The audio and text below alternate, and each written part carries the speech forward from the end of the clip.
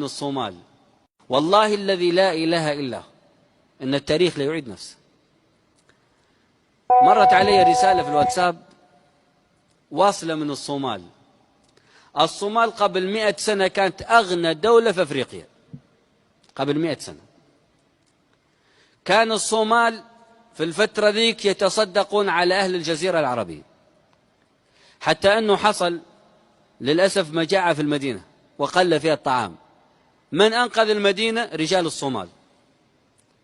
ووصلتني قائمة بأسماء المتبرعين بالذهب من الصومال لأهالي المدينة، ومكتوب تبرعات إخواننا التجار في الصومال، وكانت مملكة، لأهالي المدينة المنورة كذا وكذا وكذا من الذهب، وكذا وكذا وكذا من الغنم، وكذا وكذا وكذا من الطعام.